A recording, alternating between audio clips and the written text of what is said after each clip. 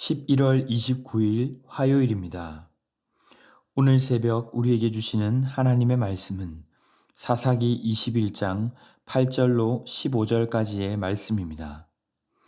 또 이르되 이스라엘 지파 중 미스바에 올라와서 여호와께 이르지 아니한 자가 누구냐 하고 본즉 야베스 길르앗에서는 한 사람도 진영에 이르러 총회에 참여하지 아니하였으니 백성을 계수할 때에 야베스 길르앗 주민이 하나도 거기 없음을 보았음이라.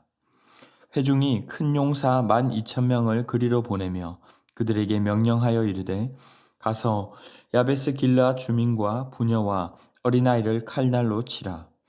너희가 행할 일은 모든 남자 및 남자와 잔여자를 진멸하여 바칠 것이니라 하였더라. 그들이 야베스 길르앗 주민 중에서 젊은 처녀 400명을 얻었으니 이는 아직 남자와 동침한 일이 없어 남자를 알지 못하는 자라. 그들을 실로 진영으로 데려오니 이곳은 가나안 땅이더라. 온 회중이 림몬 바위에 있는 베냐민 자손에게 사람을 보내어 평화를 공포하게 하였더니 그때에 베냐민이 돌아온지라.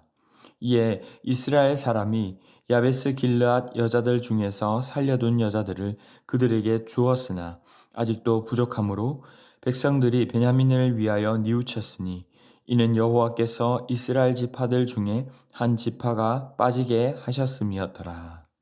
아멘. 이스라엘 백성들은 베냐민 지파와의 전쟁에서 마침내 승리를 거두었습니다.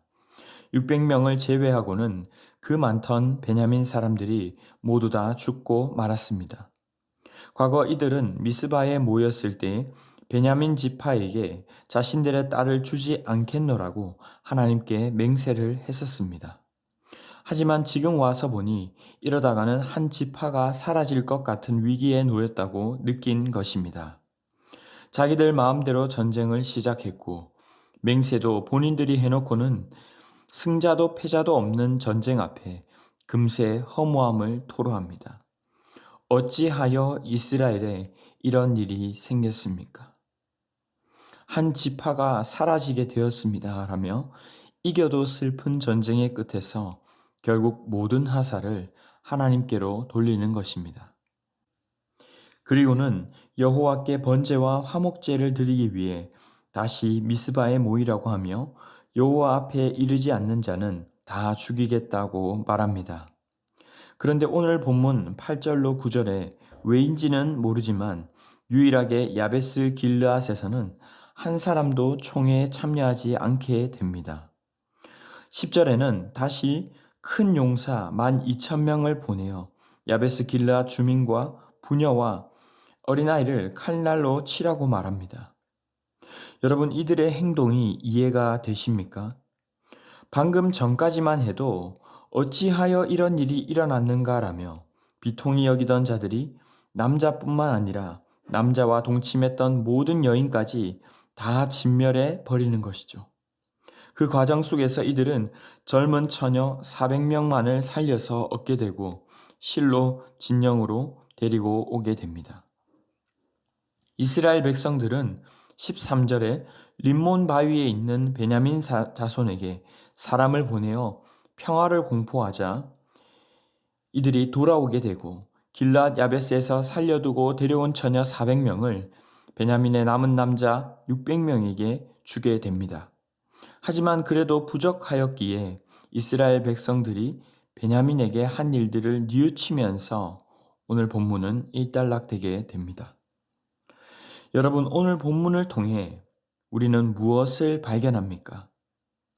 먼저 뉘우친다고 말하면서도 순간순간 흥분하며 자신의 정욕을 따라 행하는 모습을 발견하게 됩니다. 대대적인 살육으로 인해서 한 지파가 없어질 위기에 놓였고 이를 위해 회개하며 번제와 화목제를 드리겠다고 모였는데 그렇게 하고는 또 거기에 오지 않았다며 길앗 야베스에 칼을 들고 죽여버리겠다고 말하는 모습을 볼 때 매우 아이러니하지 않습니까? 그저 본능에 순간순간의 감정에 따라 행동하고 자신이 보기에 옳은 대로 행하는 이스라엘 백성들을 볼 때 너무나도 이중적이고 기준이 없는 것을 볼 수 있습니다.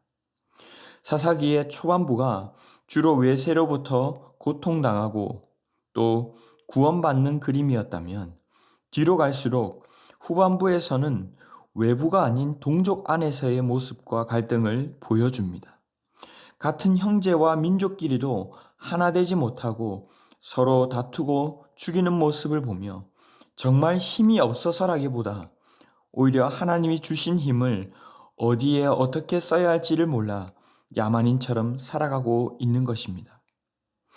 70여 명밖에 되지 않던 이들을 수백만의 거대한 민족이 되게 하셨고 출애굽하고 땅을 정복하게 하여 힘을 주신 것은 이방 나라의 빛이 되라고 하나님의 자녀됨을 드러내며 다르게 살라고 주신 것인데 이들이 자기 소견에 옳은 대로 살아가다 보니 나도 괴롭고 서로를 괴롭게 하는 삶을 살고 있는 것입니다.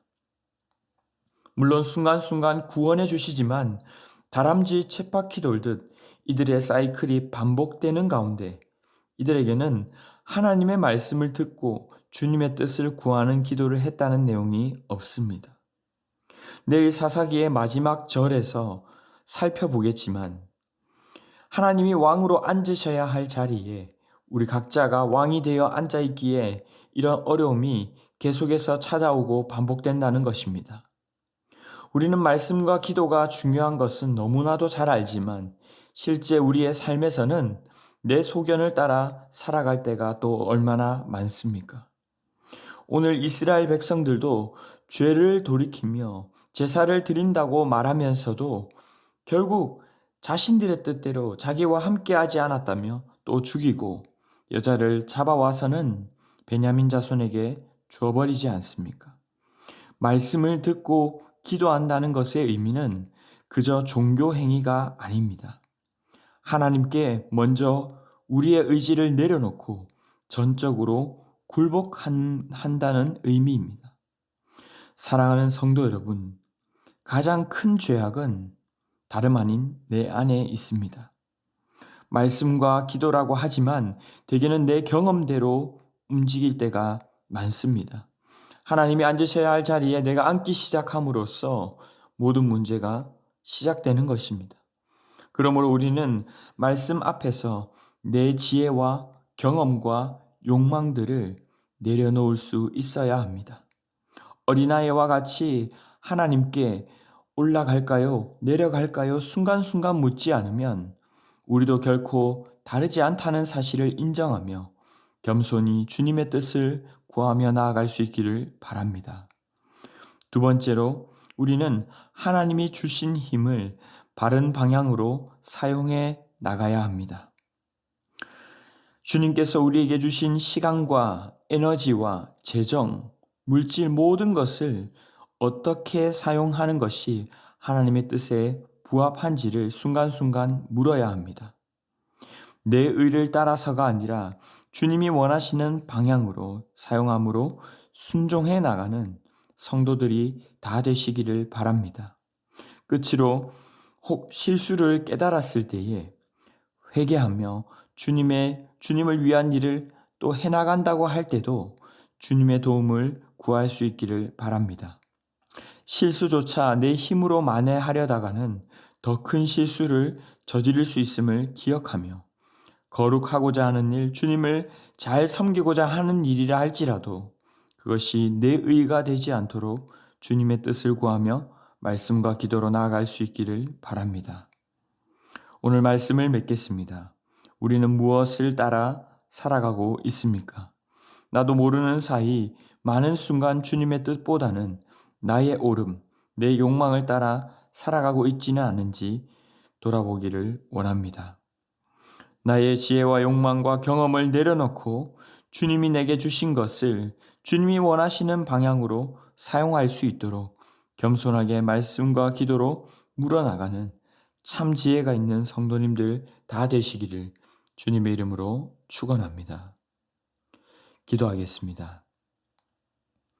사랑의 주님, 오늘도 주님의 은혜로 말씀을 듣고 기도함으로 하루를 시작하게 하심을 감사합니다. 주님이 베풀어 주신 오늘 하루, 남은 올 한 해 모든 시간과 에너지와 물질을 다 주님을 위해 사용하는 삶 되게 하여 주시옵소서. 나의 정욕과 지혜, 경험을 따라가지 않고 주님의 말씀을 붙잡는 삶이 되게 하여 주시옵소서. 혹 우리의 연약함과 잘못을 깨닫고 뉘우치들 때에도 주님의 영광을 위한 일을 할 때에도 바르게 회개하고 건강하게 돌아설 수 있도록 은혜를 베풀어 주시옵소서. 예수님의 이름으로 기도하옵나이다. 아멘. 이 시간 함께 기도하실 때 주신 말씀을 붙들고 기도하시고 주간 기도 제목에 따라 환우들과 연약한 성도들을 위해서 기도하겠습니다. 우리 교회에 알고 있는 환우들, 암으로 투병하시는 분들이 많습니다. 또 영적으로, 육적으로, 정신적으로 고통하시는 분들을 위해서도 속히 회복될 수 있도록 기도해 주시기 바랍니다. 우리 교회가 기쁨으로 섬기는 교회 되게 하시고 모든 섬김 사역을 통해 세상에 소망되는 교회 되게 해달라고 합심 제목과 개인적인 제목으로 기도하도록 하겠습니다. 함께 기도하겠습니다.